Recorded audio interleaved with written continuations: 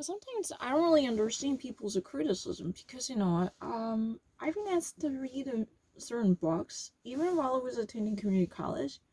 But this, a bush is supposed to bear. But that kind of misperception is really common in the main theme of the Cartesian meditations, and I really read it. Well, I don't care whether you buy it or not, because I actually even purchased the multiple different copies of the meditations, the one from the Oxford, this common was mass market version, and the other from the Cambridge. This one is for a serious academic version, and the third one was a freely distributed one given out by the Morrison's course. I remember that. And I really read it. Because if you cannot actually, because I actually don't really remember, there was a thinking devoted to the delusional and the very deceitful nature of our sensory perceptions.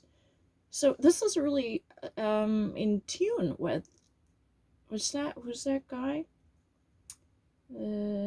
Janvier? I kind of forgot this another French philosopher who was briefly taught in our class, but he actually even had a much radical idea. The divine light. Only the God's divine light allows us to see the objects in a clear sense. What's that? I even actually personally posed this question to Professor Morrison. Because through that filter, you somehow remove vapors coming from the misperception and disorientation coming from our erroneous sensory organs. This is really the concurring theme in the meditation also, because Descartes is always questioning. He's been questioning this. Can I actually trust my eyes? What if, I still remember that he's been actually thinking about the very evil genius who's been fooling himself. Even he actually had hydrophobia, kind of a disease. So his physiological conditions are desperate to have water. But his brain connected to a pineal, not penal systems, a punitive, no, pineal gland, tells him you should drink more water. It's time for you to have some water. You know what? You're actually about to be dehydrated. The injection of moisture is desperate. But this is also very tricky, deceitful perceptions coming from our sensory organs. Why?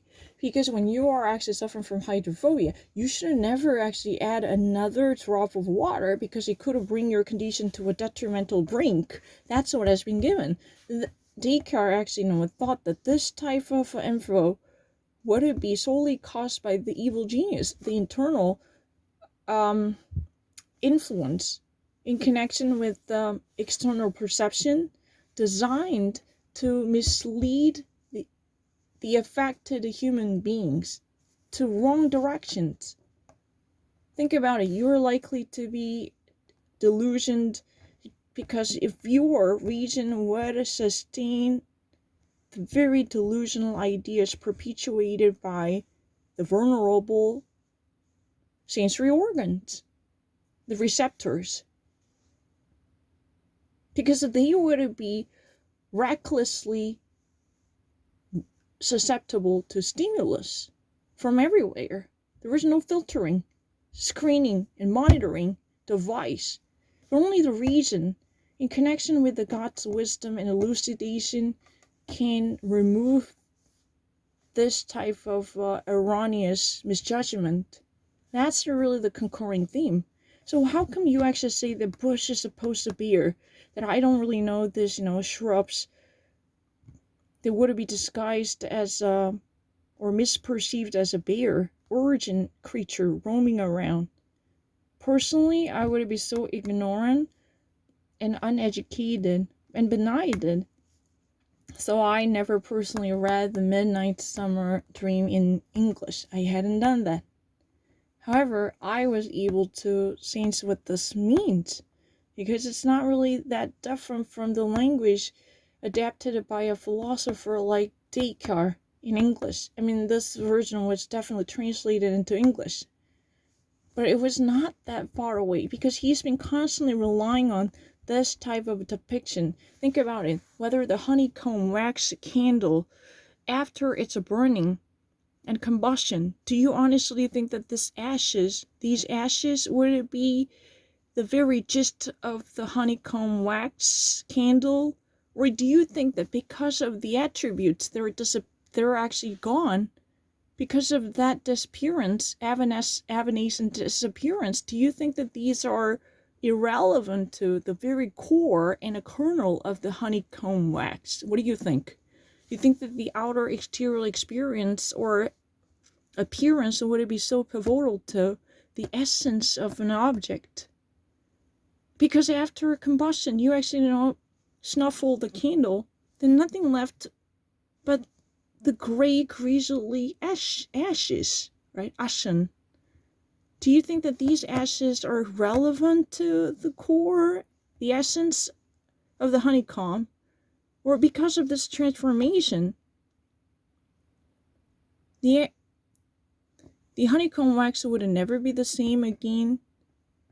Which one do you think that? Physical attributes would it be so crucial to reconstructing or interpreting the very essence of a certain object? Or even actually after the disappearance of these visible features, do you think that whatever remnants and remains would hold or uphold the very nature and essence of the original object, no matter how transmogrified that might be? Think about it. Ashes are completely different from the fragrant honeycomb wax. In the first place, it was a so beautiful candle. I don't actually think their understanding of my capacity is really that accurate, although I'm not really smart at all. But philosophers use a similar type of language either, and I don't think I was that much delusional to have a different ideas. And I just randomly selected this article, and somebody who was watching me can definitely give a testimony to my honesty, I think. And I believe most of my books are automatically updated by invisible hands. Somebody who actually really had a fun time when I was gone for a couple of days by being enslaved to the cyber cafe. Yeah, I think so. Somebody really as an invaders who entered into my room could have done a significant difference, I think.